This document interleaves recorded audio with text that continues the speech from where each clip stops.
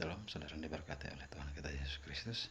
Pada akhirnya setiap kita akan melihat surga, tetapi ada yang akan melihat surga dari surga itu sendiri dan menikmatinya, sementara yang lain melihat surga tetapi tidak berada di surga itu sendiri.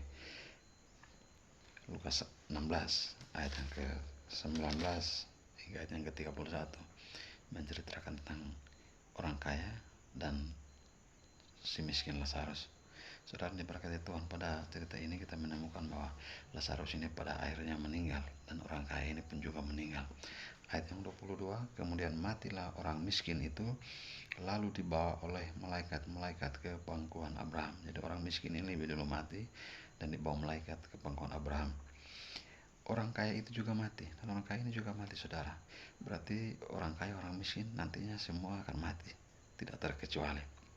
Lalu dikubur, orang kaya ini mati lalu dikubur, dan sementara ia menderita sengsara di alam maut, ia memandang ke atas. Nah, orang kaya ini mati dan ia menderita sengsara di alam maut oleh karena ia belum bertobat, oleh karena ia belum percaya kepada Yesus.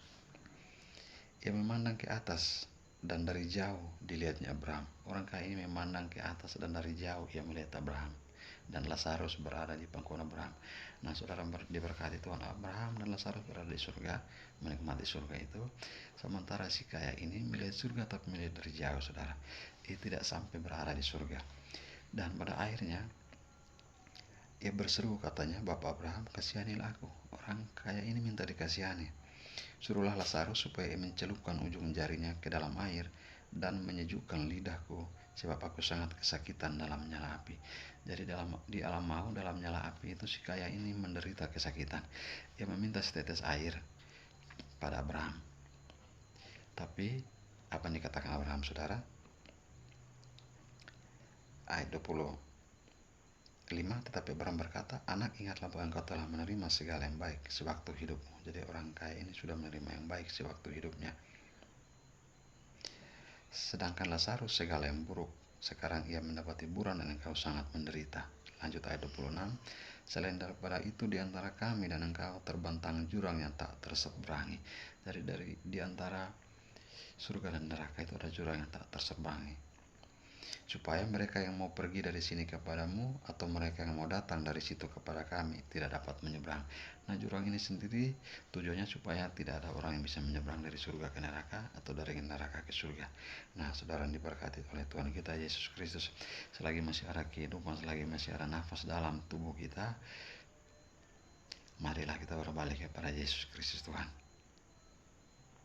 Sebab air setetes itu sangat berarti dikala kita ada dalam tempat penderitaan, di alam maut, dalam siksaan api neraka. Tetapi sungguh tak ada jalan yang bisa dilalui untuk mengantarkan air kepada kita.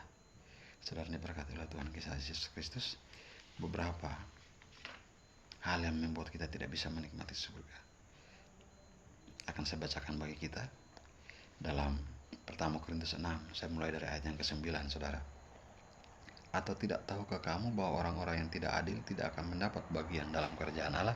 Jadi saudara yang diberkati oleh Tuhan kita Yesus Kristus, orang-orang yang tidak adil tidak akan mendapat bagian dalam kerajaan Allah. Artinya ia akan berada di neraka, di alam maut.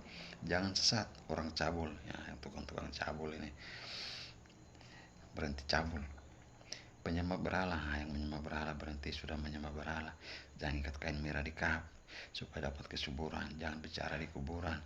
Jangan lagi percaya kepada hal-hal yang datangnya bukan daripada Tuhan. Berhenti percaya benar kepada Yesus Tuhan. Orang berzina, jangan berzina, saudara. Banci, yang banci-banci berhenti, sudah jadi laki-laki yang sejati. Orang pemburit, orang tukang sodomi dan sebagainya, stop. Pencuri, yang tukang pencuri, sudah peduli lu pencuri apa, asalkan you pencuri. Orang kikir, ternyata orang kikir ini pun juga, saudara, tidak akan mendapat bagian dalam kerajaan Allah. Jangan kikir, jangan pelit, apalagi untuk pelayanan. Pemabuk, para pemabuk, berhenti mabuk sudah.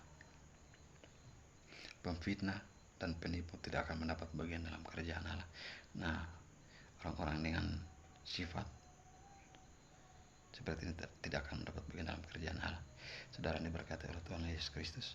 Saya pun dahulunya seperti ini, tapi oleh karena kasih dan kemurahan daripada Yesus Kristus Tuhan, saya disadarkan dan mempercayai benar kepada Yesus Kristus yang adalah satu-satunya Tuhan dan juru selamatku, juru selamat kita, dan mau meninggalkan setiap kejahatan yang saya lakukan dalam pertolongan Yesus Tuhan. Dan saya sanggup untuk melakukan, dan saya percaya Tuhan tidak akan meninggalkanku.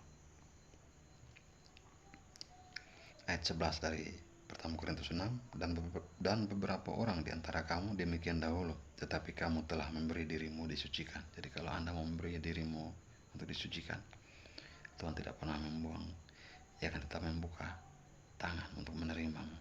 Tapi Allah yang luar biasa, Allah penuh belas kasihan dan pengampun. Tetapi belas kasihan dan pengampun itu tidak akan bisa sampai kepada kita kalau kita sudah terbujur kaku, sudah mati dalam keadaan berdosa. Kalau sudah mati, sudah di pembaringan, sekencang apapun pendeta itu berkhotbah, saudara, tidak akan ada efeknya bagi kita. Sebab dikala kita sudah terpisah dari dunia ini, sudah tidak ada lagi pengampunan dan pertolongan. Selagi masih ada kehidupan, berbaliklah kepada Tuhan. Kalau Ia bisa memulihkanmu, Ia bisa memulihkanmu. Ia bisa memulihkan setiap kita yang mau datang membawa dirinya untuk disucikan. Kamu telah dikuduskan, kamu telah dibenarkan dalam nama Tuhan Yesus Kristus dan dalam roh Allah kita. Jadi kita dibenarkan di dalam nama Tuhan Yesus Kristus dan dalam roh Allah kita.